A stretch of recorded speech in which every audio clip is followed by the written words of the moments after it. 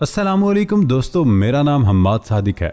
आज मैं आपको एक बहुत ही स्ट्रेंज स्टोरी सुनाने वाला हूँ। बहुत ही अनोखी स्टोरी, एविएशन यानी हवाई सफर की तारीख का एक बहुत ही अनोखा वाकया आज मैं आपको बताने वाला हूँ कि कैसे सिर्फ पानी के एक गिलास की मदद से जहाज के पायलट ने 72 मुसाफिर और 9 क्रू मेंबर्स की जिंदगी बचाई और किसी को एक खराश तक नहीं आई।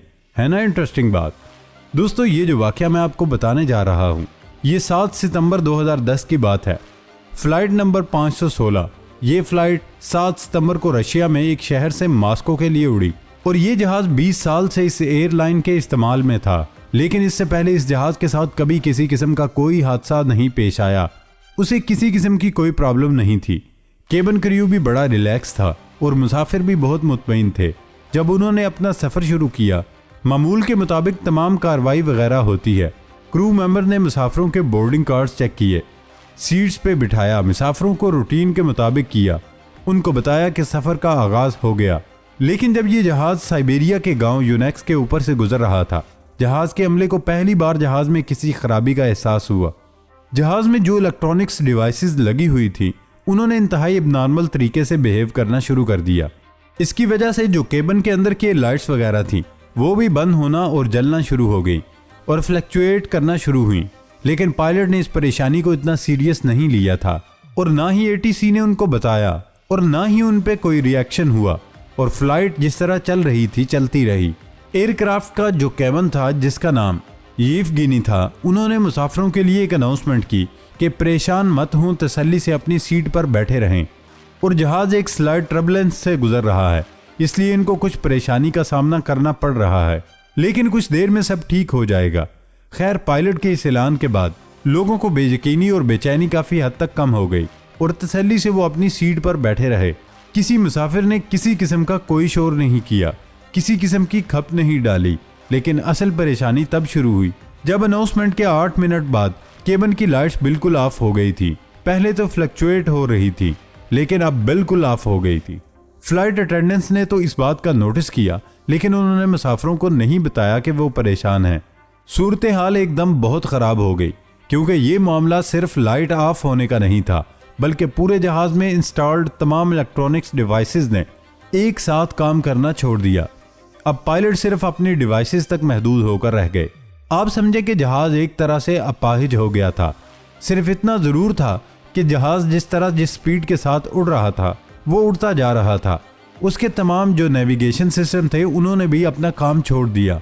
अब जहाज के अंदर जो रेडियो था जिसको कम्युनिकेशन के लिए इस्तेमाल किया जाता था वो भी बंद हो गया, क्योंकि वो भी इलेक्ट्रॉनिक था। फ्यूल ट्रांसफर पंप्स वो भी बेकार हो गए। अब पायलट के पास सिर्फ एक ही रास्ता था कि उन्हें जो कुछ नजर आ रहा था उसको देखते हुए उन्होंने फैसला करना था जहाज को लेकर कहां जाना है। और दूसरी मुश्किल ये थी कि जहाज में सिर्फ इतना फ्यूल था कि मजीद 30 से 40 मिनट के लिए हवा में उड़ सकता था। हालात एकदम बहुत ही क्रिटिकल हो गए। अब पायलट के पास वक्त भी नहीं था और इलेक्ट्रॉनिक डिवाइस जो थी बंद होने की वजह से पायलट के आसपास एयरपोर्ट्स तलाश करना जहां वो जहाज को लैंड कर सके ये तकरीबन नामुमकिन हो चुका था। तो जहाज को कंट्रोल में रखने के लिए पायलट के पास सिर्फ इसका एक्सपीरियंस और एक्सपर्टीज थी। उसको सामने रखते हुए उसने काम शुरू किया। दोस्तों, वीडियो में आगे बढ़ने से पहले नए आने वाले दोस्तों से गुजारिश है वो हमारे चैनल को सब्सक्राइब कर ले और बेल आइकॉन से नोटिफिकेशन फॉर ऑल पर क्लिक कर ले, ताकि आप ऐसी ही इंटरेस्टिंग स्टोरीज और इंटरेस्टिंग फैक्ट्स के साथ हमेशा बाखबर रह सकें। तो दोस्तों, सबसे पहले उसने जिस पॉइंट पर काम किया वो ये है कि इलेक्ट्रिकल फेलियर हुआ। उस वक्त जहाज 34,780 फुट की ऊंचाई पर था। पायलट के लिए पहला टारगेट ये था कि जहाज की बुलंदी कम करे ताकि इमरजेंसी लैंडिंग के लिए उनको जमीन दिखाई देना शुरू करे। और एक और वजह यह होती है कि केबिन डीप्रेशराइज उसके बाद हो जाता है, तो उसके बाद नीचे आने तक सारे मुसाफिर पायलट समेत मर जाएंगे। ऑक्सीजन नहीं होगी तो 10,000 फुट तक तो लाना होगा ताकि वो उसका प्रेशराइजेशन लेवल इक्वल हो जाए। अब साथ ही जहाज के अंदर जो ऑक्सिलरी जनरेटर था उसको उन्होंने रीस्टार्ट करने की कोशिश की, लेकिन उनकी कोशिश बेसूद साबित हुई। पायलट के पास कोई तरीका नहीं था जिससे वो जहाज के एंगल को कंट्रोल करते हुए जमीन की तरफ नीचे ला सके। आपको एक बात बता देता हूं कि आप बिल्कुल अंधेरे में जा रहे हैं। क्लाउड्स अगर बहुत ज्यादा हों और अगर आपके इंस्ट्रूमेंट्स काम करना छोड़ दें तो जहाज आपका ओवरटर्न भी हो जाए, उल्टा भी हो जाए, तो आपको पता नहीं चलेगा। इतने आप इसमें क्लूलेस यानी बेखबर हो जाते हैं। अब इस जहाज को एक डायरेक्शन में नीचे लेकर आना था। ये वो लम्हा था जब पायलट के दिमाग ने काम किया और उसने एक गिलास में आधा पानी डाल के पानी के जरिए जहाज के एंगल को जज करने के लिए एक एंशिएंट तरीके से काम करना शुरू किया। और वो तरीका ये है कि आजकल पायलट जहाज का जदीद निज़ाम होने की वजह से शायद वो भूल चुके हों, लेकिन पायलट ने गिलास में मौजूद पानी की मूवमेंट को देखते हुए जहाज को मूव करना शुरू कर दिया और उसे ज़मीन की तरफ लाने की कोशिश की और पायलट की स्ट्रिक ने वो जादू दिखाया और इस तरह पायलट जहाज को 34,780 फुट से लेकर तकरीबन 9,840 फुट तक ले आया। इस वक्त पायलट के पास एक ही चांस था कि वो ये कि जनरेटर को ऑन करे, लेकिन यहाँ भी बदकिस्मती, क्योंकि जनरेटर भी काम नहीं कर रहा था और ना ही उसकी इलेक्ट्रिसिटी बहाल हो रही थी। चूंकि उनको ज़मीन नज़र आना शुरू हो गई थी, उन्होंने सारा फोकस इस बात पर लगाया कि उनके आसपास कोई ऐसी जगह नज़र आए जहां पर लैंडिंग हो सके। अब किस्मत की बात उन्हें इजामा नामी गांव के पास एक लैंडिंग स्ट्रिप नज़र आई, जो कि दरअसल एक पुराना अबंडन्ड एयरपोर्ट था जिसे बहुत अरसे पहले एयरक्राफ्ट लैंडिंग के लिए बंद कर दिया गया था और अब वहां सिर्फ हेलीकॉप्टर्स वगैरह ही लैंड कर सकते थे। और इस जगह राब्ते के लिए भी कोई रेडियो या एयर ट्रैफिक कंट्रोल कुछ भी नहीं था सिवाय एक शख्स के, और वो एक शख्स एयरपोर्ट का सुपरवाइजर था और वो शख्स उस जगह पर मैनेजर भी था। वही शख्स सब कुछ था वहां पे।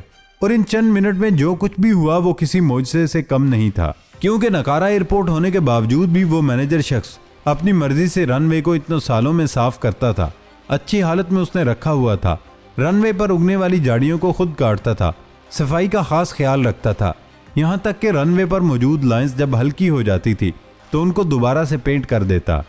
उसको शौक था एविएशन का, वो आदमी था। यही वजह है कि बहुत फासला होने के बावजूद 10,000 फुट से पायलट ने उस रनवे को नोट कर लिया।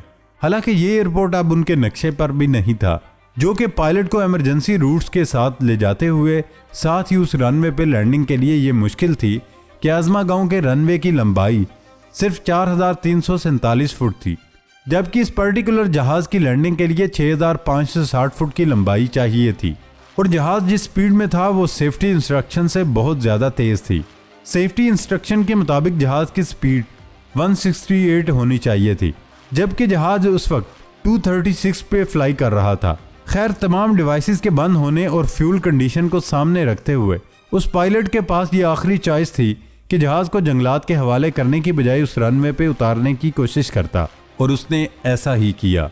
रनवे को हिट करने से पहले पायलट ने 3 बार लैंडिंग की कोशिश की और तमाम रिस्क को सामने रखते हुए हर तरह की एहतियात से काम लेते हुए बिल आखिर पायलट ने जहाज को रनवे पर उतार दिया। और पायलट की इस तमाम एहतियात की वजह से उसने दर्जनों जिंदगियों को मौत के मुंह में जाने से बचा लिया। लैंडिंग की आखिरी अटेम्प्ट से पहले जो क्रू ने तमाम मुसाफिरों को इमरजेंसी लैंडिंग के लिए इमरजेंसी गेट के पास रेडी कर लिया। और तमाम क्रू की सबसे बड़ी कामयाबी ये थी कि उन्होंने मुसाफिरों को पैनिक नहीं होने दिया था। और ये बड़ी कमाल की बात थी, हर मुसाफिर काम भी था और सीरियस भी था। उन्हें ये इल्म ज़रूर था कि कोई गड़बड़ है, उनकी जिंदगियां दाव पर लगी हुई हैं, लेकिन हर कोई अपनी जगह पर खामोश बैठकर अपने लिए अगली इंस्ट्रक्शन का इंतज़ार कर रहा था। जहाज ने रनवे को हिट किया, लेकिन उसकी स्पीड में कोई फ़र्क नहीं पड़ा। जैसे ही जहाज रनवे को क्रॉस करता हुआ जंगल के उस हिस्से में दाखिल हुआ जहां पर दरख्तों ने जहाज को डैमेज करना शुरू कर दिया और साथ में जहाज की स्पीड को कम किया। ये एक मिराकल था। दूसरा मिराकल ये था कि इसके विंग्स नहीं टूटे थे। डैमेज तो थोड़े होते रहे, लेकिन ये एक मौजज़ा था कि जहाज 520 फुट तक जंगल के अंदर चला गया और क्रू ने उस दौरान इमरजेंसी गेट खोल दिए, साथ ही मुसाफिरों को स्लाइड करना शुरू कर दिया। इस तरह तमाम के तमाम 72 मुसाफिर और 9 क्रू मेंबर्स को सही सलामत जहाज से बाहर ले आए। मुजादी तौर पर किसी एक को खराश तक नहीं आई। मुसाफिरों को हेलीकॉप्टर के जरिए करीबी मुकाम तक ले गए और वहां उनको दूसरे जहाज के जरिए मास्को ले जाया गया। बाद में उस जहाज को वहां से ले जाया गया था। दूसरा बहुत बड़ा मसला था कि उसे कैसे उड़ाया जाए, क्योंकि रनवे की लेंथ कम थी। तो इस एयरलाइन ने इस पर बड़ी एफर्ट की। इंजीनियर्स को वहां ले गए, जहाज को वहीं पे रिपेयर किया, उसको फ्लाईएबल बनाया और फिर बड़ी महारत से उसको टेक ऑफ किया। मुरम्मत के बाद कई साल तक वो जहाज इस एयरलाइन के इस्तेमाल में रहा।